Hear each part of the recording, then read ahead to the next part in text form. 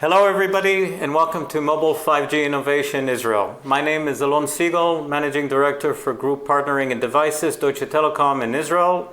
I would like to thank the Israel Export Institute and the Foreign Trade Administration at the Ministry of Economy for hosting this event and inviting us to participate. Both organizations' agenda is to foster and enable business value creation between Israeli companies and the global market. We would like to remind you that there's some 40 Israeli companies showcasing innovative products and technologies in the virtual platform, and you're more than welcome to schedule one-on-one meetings with them today. In today's session, we'll discuss the collaboration of Deutsche Telekom with vHive. vHive is an Israeli startup that helps enterprises digitize their field assets and operations using autonomous drone hives.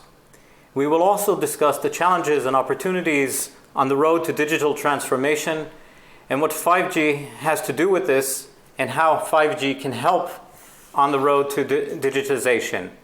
First, I'd like to introduce our panelists and welcome them to today's session. Let me start with Martin Bouchard, COO of Deutsche Funkturm. Martin, if you'd like to say a few words. That is correct.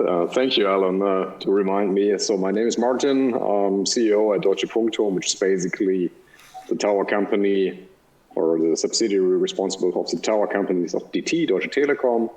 I'm basically the one who's in charge of planning, building, and running the assets of Deutsche Funkturm. Happy to be here. Welcome, Martin. Next on our list is Joey Fish, Vice President, Group Strategy and Transformation at Deutsche Telekom. Joey. Hi, Alon. Happy to be here. So, Group Strategy for Deutsche Telekom is the corporate strategic function where we're trying to put Deutsche Telekom on a path to the future as what we will be in the next 5 years and 10 years. And we do this by finding new directions. And I think these directions that we're going to talk about today is a great example of how we can use our existing technologies in a new way. We use our strategic investment fund as well to promote companies, and we'll talk about that as well. So happy to be here. Last and not least, Yariv Geller, CEO and co-founder of vHive. Hi, thanks, Alon. As Alon has kindly mentioned, vHive is a startup company in the field of drones. We are helping enterprises to get field data and to make better operational and business decisions. We use autonomous drones to capture data. We then use modeling tools to create what we call digital twins, a term that's used to describe a very realistic 3D online representation of the field and field assets. And we also use a variety of analytics tools, including machine learning and AI, computer vision algorithms that help companies gain better insights into the multitude of data that's being collected. Happy to be here. And Yariv, you want to introduce our little video entertainment for today's panel? Sure. So shortly you'll see a short video that kind of describes what I just mentioned, to give you a feeling of what vHive is all about. With over 31,600 radio sites, Deutsche Funkturm is a key player in developing mobile communications and media infrastructure. The company acquires, plans, realizes, operates and markets radio sites throughout Germany. When it comes to building and managing sites, many manual workflows such as site measurements and inspections are required. These are both time and cost intensive. This is why we chose to collaborate with vHive. As with vHive's innovative software solution, Deutsche Funkturm can generate a sustainable increase in efficiency and quality to digitize the sites using autonomous drone hives, replace manual labor to an autonomous, effortless experience in no time, leveraging mission dynamics, AI and multi-agent data collection algorithms, and enable users to perform scalable surveys in just a few clicks. Easily plan survey using AI-based contextual awareness. Execute autonomous surveys using off-the-shelf drones with a click of a button. analyze a broad range of 2D and 3D models, and generate actionable business and operational insights. Collaborate and share results within the team, inspecting more assets and saving over in related office and field costs and time. Unprecedented data and insights secure lost revenue and generate new revenue opportunities. Over the past year, we have conducted hundreds of drone flights to digitize operational workflows, taking productivity, employee safety and compliance sky high with zero integration pains. So I think the video does a good story of giving us a feeling of what we're dealing with. And typically panels on 5G tend to focus on new use cases and applications in a connected future fueled by enhanced mobile broadband, ultra-reliable low latency, and massive IoT examples. Our focus today will be on the very real challenge of deploying a new network technology at scale, and how automation and digitalization technologies can play roles to reduce cost, to reduce risk, and to accelerate the rollout, mitigating the significant challenges of rolling out a major new communications technology such as 5G. In other words, how to seize the business opportunities and potential, such as the collaboration we will explore between DFMG and vHive. With that, Martin, I'd like to start with you. Can you give us some dimensioning of the problem we're talking about? What does a nationwide, let alone a continent-wide rollout of 5G mean across Europe? How many towers are we talking about? Base stations? What sort of pace are we looking at? I wouldn't even call it a problem. It's for me, it's big fun and a chance, to do something good for everybody, basically. And going digital even more so. And obviously, it requires something like the next evolutionary step in regard of the network development. So it's about building out thousands of new sites, but also about transforming the existing base towards 5G technology.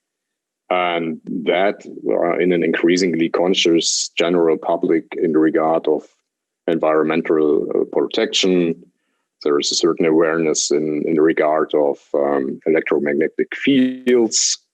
That's something we observe in Europe quite closely. And that brings also the challenge of dealing with the general public in a more elegant and more open way than we were following throughout the rollout of the preceding mobile technology generations.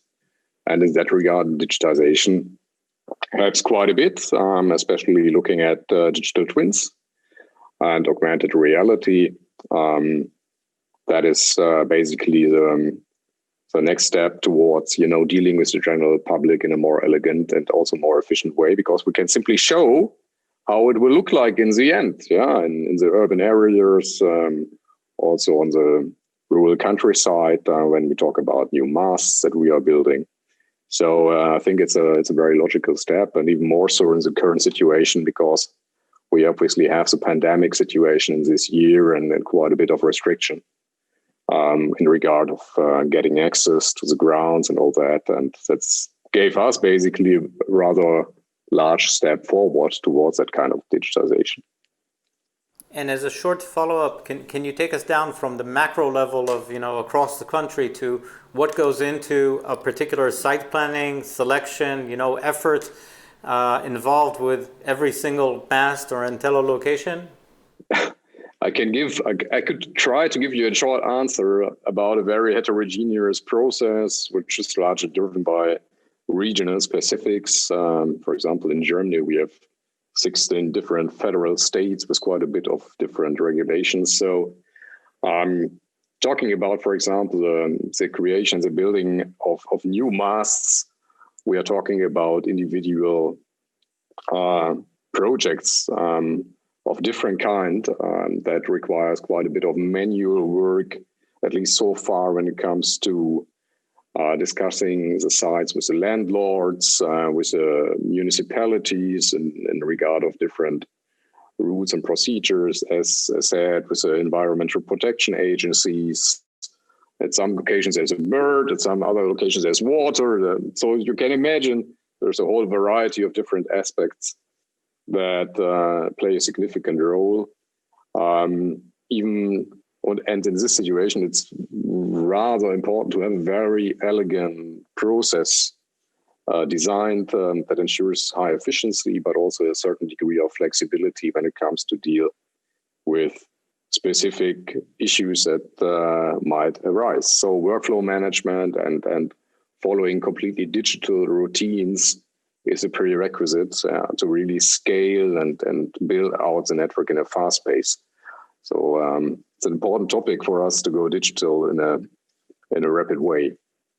I would say in a highly individual project or multi-project challenge, I would call. Excellent. So Yariv, I think that sets the stage. What is the inflection point? Where does vHive come into the problem? And what is the main pain point addressed for telecommunications companies? So indeed, Alon, as everybody has mentioned, the process of rolling out thousands of new tower sites for 5G has several challenges. These are not problems, right? There are challenges. And I think you can break them down into 5 major areas where having digital twins that are really representing the field come in very handy and helpful. Point number 1 is for planning purposes. So in order to deploy 5G sites, you need to actually build up a very large number of new sites. The question that arises are, where should these new sites be placed for optimal coverage? And there's a need to survey a very large number of candidate sites that need to be modeled and inspected and measured for adequacy. Also, there's a need to understand things like the line of sight constraints. So if I build up a new site in a certain direction, are there any obstructions in the way when I'm building up a whole network? There's also another planning challenge is that a lot of these new sites will be on rooftops in urban areas where there's a big requirement for bandwidth. And Martin mentioned some of the challenges in gaining access, definitely during the time of pandemic, but just in general, having to coordinate a lot of access to rooftops and so on can also be a challenge. We just recently did about 1,000 new sites that are being planned in Europe, and many of them were on rooftop sites. Things can work a lot faster when you're using a drone to survey these new locations. So we do full tower surveys, but also these more complicated rooftop structural surveys. Point number 2 is getting the rapid approval for sites. And Martin has mentioned the complexity of getting from the regulator approval to build out a new site. The ability to better capture information, to visualize it, to show them, and to submit to the authorities the new site requirements can help for a much speedier process and just basically get work done. Another area is the ability to inspect existing sites, right? Because some of these sites will not be brand new. Some of them will be retrofitting of 5G equipment on existing infrastructure. So there's an engineering challenge where you ask the question, can I actually install new equipment on this tower? Will the tower bear the new load? What is the impact and so on? And there's also a maintenance challenge of taking stock of the towers that are there, and is the site stable? Does it have rust or corrosion or any other fault that needs to be addressed before installing new equipment? Another area is in actually monitoring work. So there are going to be a lot of contractors working in the field in establishing these sites, adding equipment, building up new infrastructure, and so on. So the ability to capture a site beforehand and to get the view before everything started, and then capture the site again after work has been completed. This documentation is actually, in many cases, required legally, and also gives a very strong operational perspective on comparing the work that has been done according to spec and so on. And last but not least, I think the ability to document inventory is a very important part. So it's surprising to find the discrepancies between what is installed in the field and what gets recorded in databases. And this variation on what's actually installed on a site and what's written in the inventory management and building databases have a direct impact on a tower company's ability to monetize these assets. So the ability to properly use analytic tools to capture this inventory and then synchronize it to other systems is very powerful as well. So thank you, Yariv. I think in general, we're talking about workflow automation. And I think in the time of COVID, the meaning of having a digital twins in future business is really significant. So perhaps, a question to all the panelists, and Joey, maybe you want to start, is how you see, workflow automation coming into this trend of digitization and what impact it can have on the business. Sure, happy to give that a go. So I think there's two things driving this. So there's always, of course, the need for greater efficiency to do more and more with fewer people.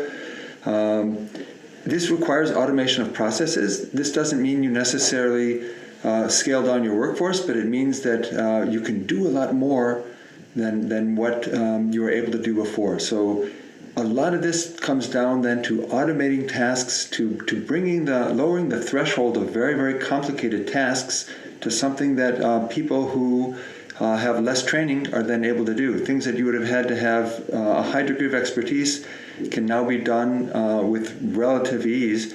In the physical world, this is certainly a big trend. It's also happening with robotic process automation, online, the way people interact in the digital world as well. So, I think in the end there's a certain level of complexity and new interfaces and new programs that any one person can learn. And the only way to truly overcome and digitize is to simplify things, to automate things. And this is why I'm so excited about what Yariv and vHive are doing. Couldn't agree more. I mean, we're talking about lean management and reducing waste and processes.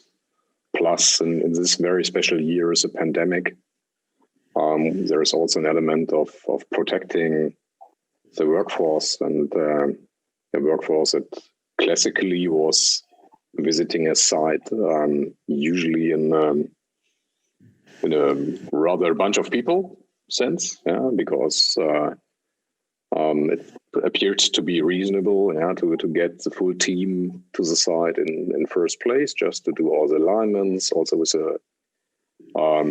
people from the approval authorities and the landlord, the acquisition guy, and so on and so on. But obviously that wasn't possible anymore. And we have that crisis, and I think it's getting on our nerves quite massively, but it comes along with a chance, of doing a bit of innovation when it comes to reinventing ourselves, simply due to the fact that we cannot go out there with 4 or 5 or even 6 persons to do all these adjustments. And that's why the digitization takes place in a rather rapid pace now.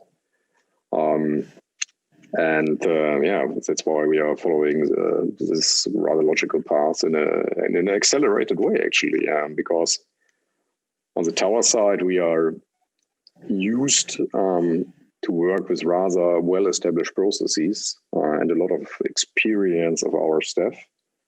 And I think that is very valuable. But to a certain extent, the ecosystem is a rather traditional one as well, which slows down innovation every now and then a little bit. And I think beyond all the bad things that happened in 2020 with the pandemic, that is a very good one. So maybe as a follow-on question, we've been talking about this concept of digital twins for a while now. I think it originated in the IoT world and the whole idea of maintenance, but there are a lot of added benefits. I think Martin said before, The ability to provide public access, scrutiny to visual records is one that came to mind here.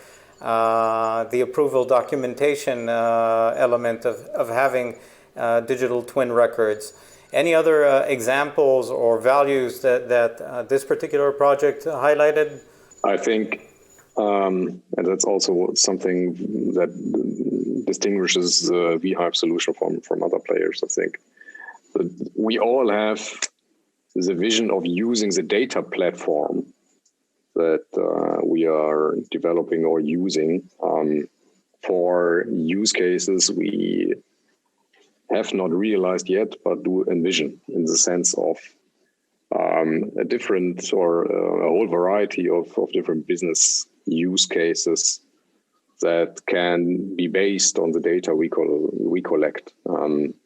And to give you one example, we also export the data we collect on the basis of our drone flights and process on the vHive platform to reuse or use this data also for the sake of CAD planning in different products. So we use basically the three-dimensional point clouds of a construction site to be, or the place where we are going to build, for example, the new mobile tower.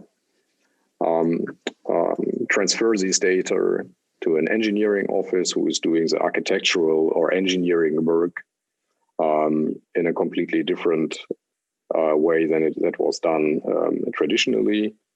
Also from completely different locations, because traditionally we have a close link of the engineering office to the region where the site is going to be built. Also due to the fact that usually that site gets visited basically again and again and again by different partners, also the engineering office, and that becomes completely obsolete by going digital or generating the digital twin also in this very early phase, where we digitize the site that has not yet an asset being built on.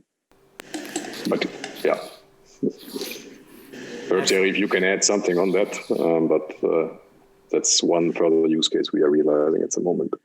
I think if we iterate through some of the use cases that we've seen with customers, the use of the digital twin can help, as I mentioned, with engineering work, the ability to automatically generate a copy of the site that is online and shareable by others in the company, enables you to interact with the site on your screen, share views, measure things, and get operational information. There is an inspection application in which a digital twin will enable you to understand the condition of the site, whether it needs to be treated, whether it's good to go. We've also seen a lot of use cases around M&A in this market. So we're seeing a lot of activity of towers transferring ownership between one company to another. So the ability to do these very rapid audits of sites and understand what it is that they contain. And I mentioned the analytical ability to understand not just the geometry of the site, but also the content. So the ability to understand equipment that is installed on the site is a very powerful tool in order to assure revenue at the end of the day, because the tower company knows exactly that its systems are synchronized to reality and they understand what they have. A lot of the work that we've been doing is also covered in what we discussed earlier, which is in planning and approving new sites, which obviously links to 5G very nicely. So a lot of different aspects in TowerCo's operation. But I think, as Martin has said, one of the great things about data play is that once you capture a lot of data on sites, you can always revisit that data and cross-reference it and get additional insights, even in hindsight, on a specific site, but also cross-portfolio. So the ability to understand there's a certain concentration of an issue in a certain area and so on, helps better allocate workforce and so on. So it helps automate a lot of the processes. So we've used a lot of. Sorry, Joey, go ahead. Yeah, I mean, I think this is we're at a great point in time where it's helpful to take a step back and really consider just how profound this revolution can be and how we interact with the physical world, whether it be on a personal level with people going to places virtually that they've never been, certainly on the industrial level where DFMG and VHive are working, but this concept of replicating an exact version that can be manipulated and data collected, changes viewed, and really being able to interact with something in a virtual scenario where it's a true digital twin of something that exists in the world is changing. It's going to have a profound impact on probably almost every work process that we do at some point. Because I think we've touched on many different words here, both digital twins, data as the new gold rush, or that we're all heading in the direction of, and workflow automation, all exemplified by some of these collaboration elements. And in your strategy hat, you also had DT's TIP Fund. So you want to tell us a little bit more about how that works and how the view of this type of collaboration fits within that strategic value to Deutsche Telekom and your view of the market here. Sure. So the TIP Fund is the Technology Innovation Pool. It's a $100 million fund of DT money, basically, that we allocate to strategic objectives. So for us in group strategy, where we're trying to understand the different trends that are happening in the market, how these could affect Deutsche Telekom, and in a way to get out in front of them so that we're not just reacting and surprised by them, but in a way proactive and able to participate in some of the changes that are happening.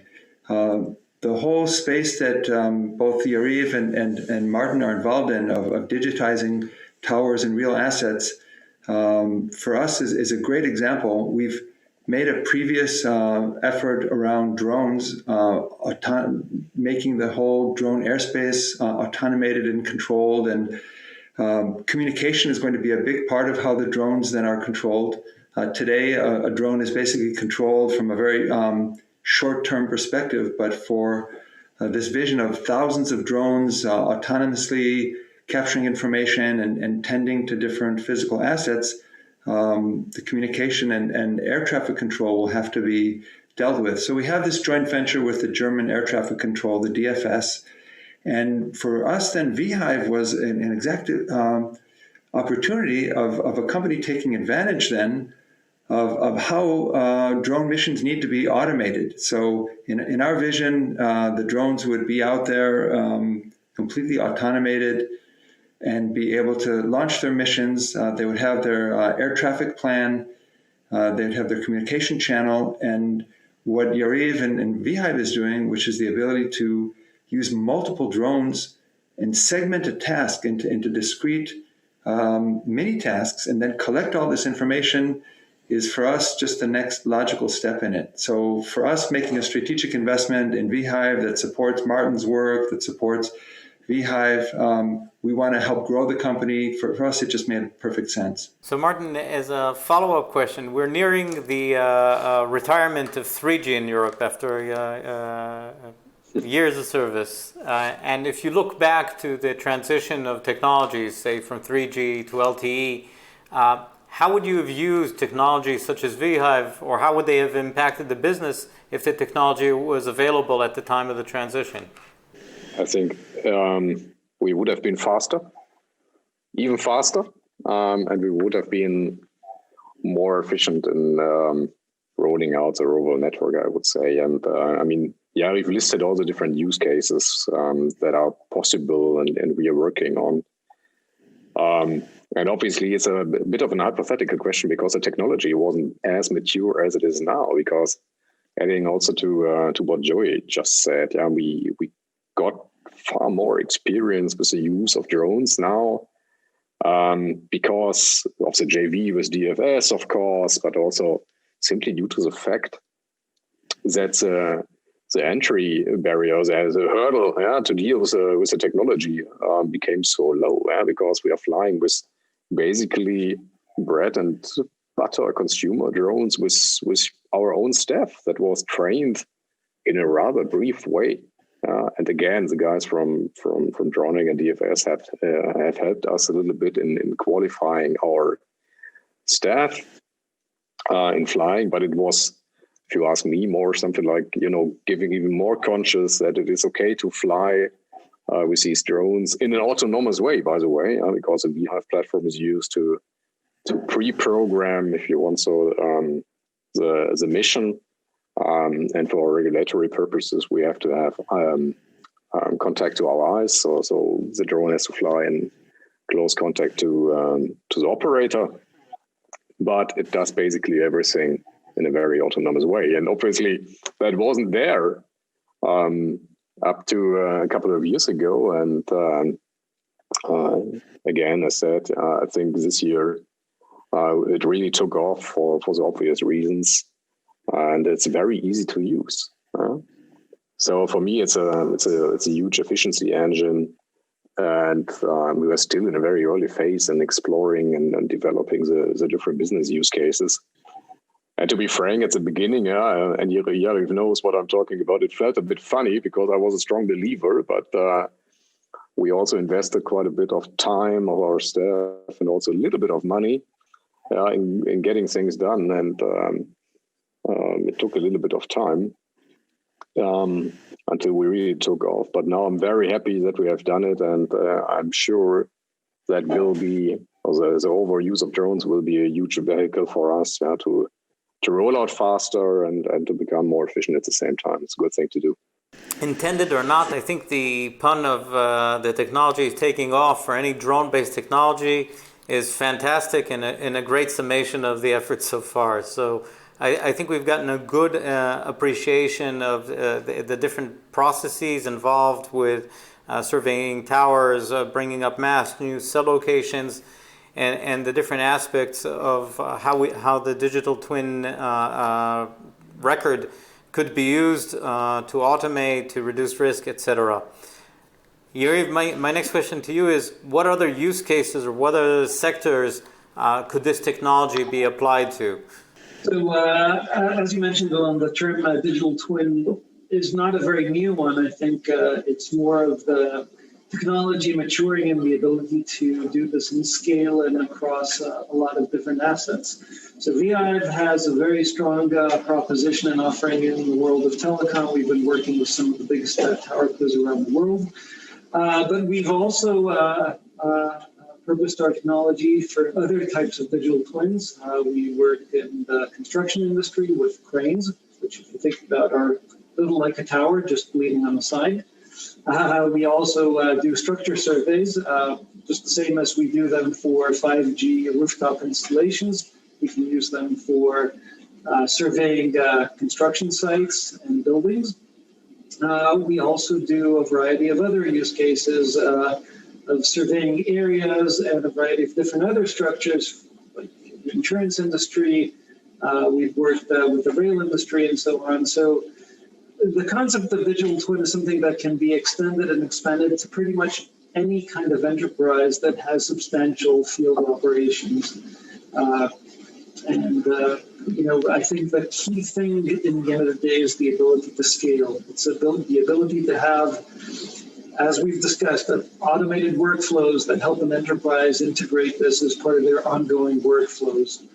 Our goal is to give field personnel a drone as just another tool in their tool set. They have a measuring tape. They also have a drone that they can launch as part of their site visit and get the job done. So the possibilities are almost limitless when it comes to surveying the field. Martin, can you tell us what made the partnership with VHive work? What were the elements that worked well, and what sort of impact does the collaboration have on the rollout of the 5G infrastructure? I think we discussed quite a bit, and I think we had quite a bit of a cooperation work going on also when it comes to really make these different use cases feasible, and the devil lies in the detail, I would say. It always felt like I have a partner at hand, that really is listening and is also doing the improvements on the platform as we required it from the user side, so to say, and in a fast pace. I mean, that is probably the charm in working together with a startup. And I also have different IT partners that slightly more established, to speak politely. And I think the Irish team was quite agile in, setting or realizing these new aspects of improvements on the platform. And I think that openness and discussing things, also critical things, in a very constructive and open way, together with really qualifying the staff and in a very hands-on way. We did that in Germany together with the Irish team in a very hands-on manner. I think that was quite successful in the end, and actually also big fun, which helps, I would assume, to have a positive spirit also in the team, and that's something we definitely had. So overall, for us, it was a journey, and which hasn't ended yet, because we are still, developing things further at the FMG, and I would assume also at vHive. And I was told you're also a drone pilot now. I am, yeah. I was an early adopter, I would say. I was an early adopter, but I think I'm far less professional than the team now. Also the Deutsche Funkturm teams. I mean, I can't speak for vHive. I mean, you are obviously the experts, but also on Deutsche Funkturm side, there are around 30 qualified pilots, if that is the right term, I'm not sure. And they have something like a community in which they learn. It's also a good thing to see that we do not have an organizational unit. We just have a community, and these guys are learning from the vHive team, but also from the DFS side. And it's good to see that a rather modern form of a loose organization is creating value. It's good to see. So Yariv, based on the experience, what are tips for some of our startup audience, on how to engage with a telco organization, besides teaching them to fly drones? I'm not worried. Well, of course, you need to have enough fun, as Martin has said, and drones are a great way of doing that. But I'll put it this way. So first of all, telecom companies are a very broad spectrum, and I think in every industry group, you find the more innovative companies that I guess follow the Nike logo, just do it, and the ones that are more hesitant and will wait a little longer. I'm happy to say that work with DFMG, things picked up quickly. There was a great willingness to try out new things and see how they generate value. I think we came to the table with a certain perception of value and use cases that we could generate.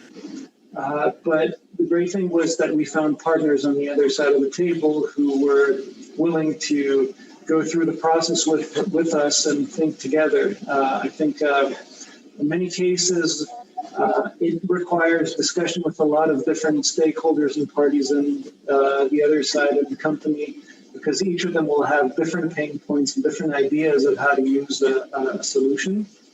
And going through that process has helped us crystallize better what generates value for DFMG.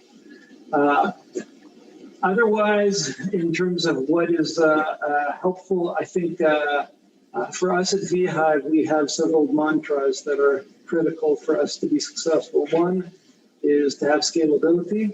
We're working with very large enterprises, and you need to think big.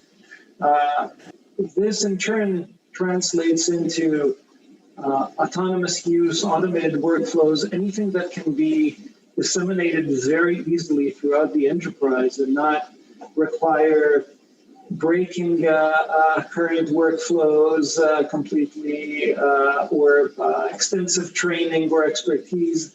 The ease of use, the ability to work within market constraints, so using off-the-shelf hardware in our case, and able to adapt very quickly. These have been all very helpful for us to succeed with companies and not to force them into new patterns.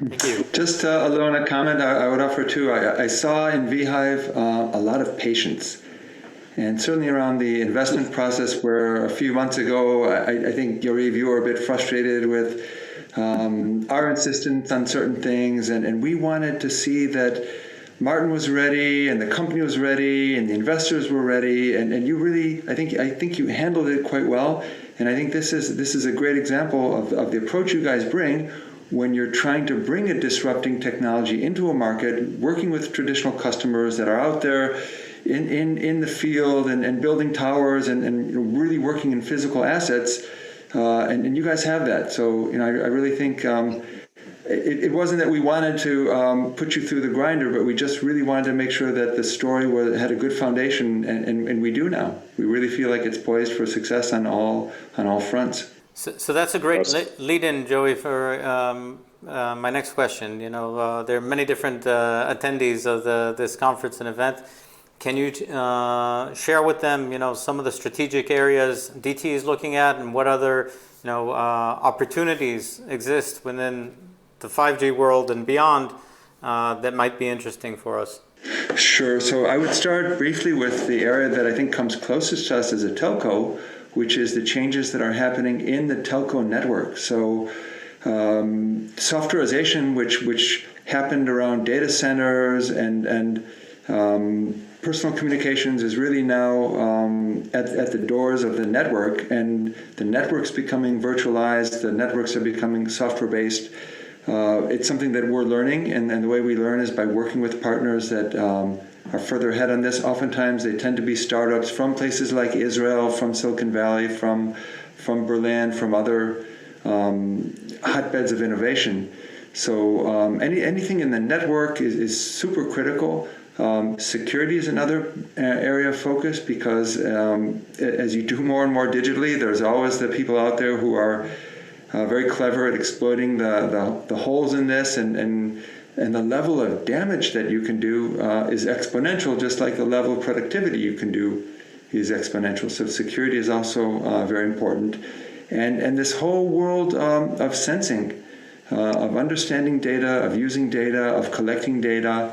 Drones is a piece of this, but some of the things that VHive is doing now, where they're looking into really understanding the world using technologies of image recognition and big data analytics, these are also areas that are highly strategic and where we as Deutsche Telekom want to make some inroads.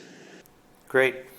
And I'd like to ask the forum in general, we talked a lot about digital transformation and the journey to digitization, but in the context of 5G, how do you see this new world of enhanced mobile broadband and ultra low latency? What other opportunities do you see, whether on the infrastructure side, the backhaul, that may also be addressed with technologies? I mean, that is also something like $1 million question, I think. I mean, for me personally, I think I cannot really embrace completely what opportunities that technology bring. I mean, we talked about the drones today, but actually it's not so much about using the drones. It is about using the platform and the data, to have the right understanding of that. It is not about, taking a picture for one use case, but collecting the data that can be used for quite a few different things, even years later. I think for the industry, or for people working in the industry, I mean, that's crystal clear, but for the general public, it might not be, at least not in professional senses. And 5G is just, a huge enabling engine that is, that will drive quite a few different productivity use cases in the industry sense, but also in the private sense, I think. Talking about, virtual reality and obviously all the low latency use cases. I don't want to stress autonomous driving too much because there's also the sensor side within the cars. But I think if you add up all these technologies, there are quite a few use cases that will really change our life. And they do already. With 5G, it's just a huge accelerator of things, I think. Joey, would you like to add? Yeah, I remember at Intel, every time a new processor would be launched that was twice as powerful as the last one, and there was always this frustration because it wasn't apparent at the time of the launch why it was really needed, because everything was fine and Windows was running fine and the applications were fine, but within a year or two, just completely unexpected use cases evolved. And I think for me, this is the lesson that you really can't predict what will be the use case that some innovative startup guy or even a big company will think about that can now use this massive communication together with the massive compute, together with edge capabilities. It's not just each of these on their own, but it's the conglomeration of all these capabilities together create new use cases. And so it's really 5G. As Martin said, it will massively accelerate all of these capabilities. So maybe I should ask Yariv now that he's collecting line of sight info on all the mast towers, maybe he'll have the Michelin roadmap guides for drone deliveries. Maybe he's creating roadmaps and access rights for Amazon deliveries of the future. I mean, how else could we use the data that we're generating here in new and exciting ways to fuel new business opportunities and new use cases, indeed? Yeah, we're not focused on deliveries right now. We are focused very much on the data play. We believe that at least for now, the big opportunity with using drones is to capture data and digitize rather than transport physical items, although there is a market around that as well.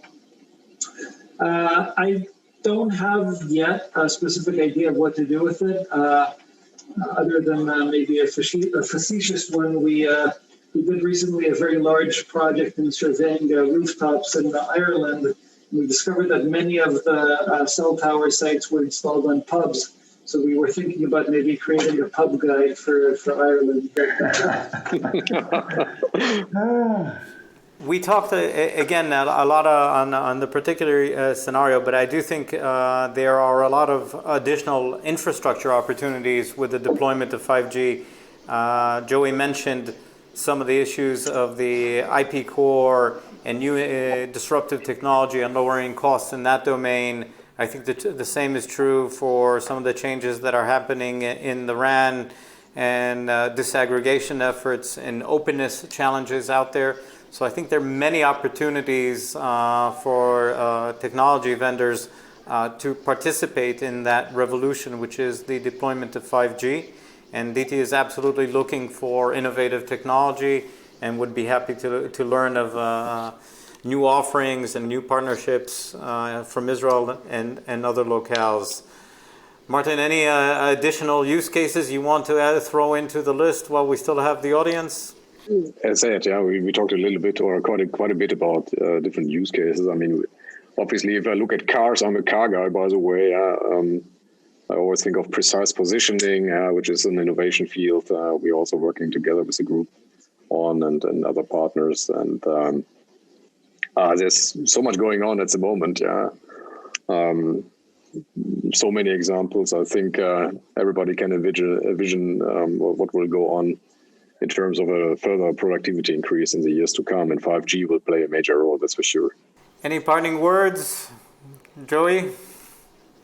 Just wish everybody success here and that we all stay excited about what we're doing, because I think we're really fortunate to be working in such cool areas where it's really at the forefront of technology.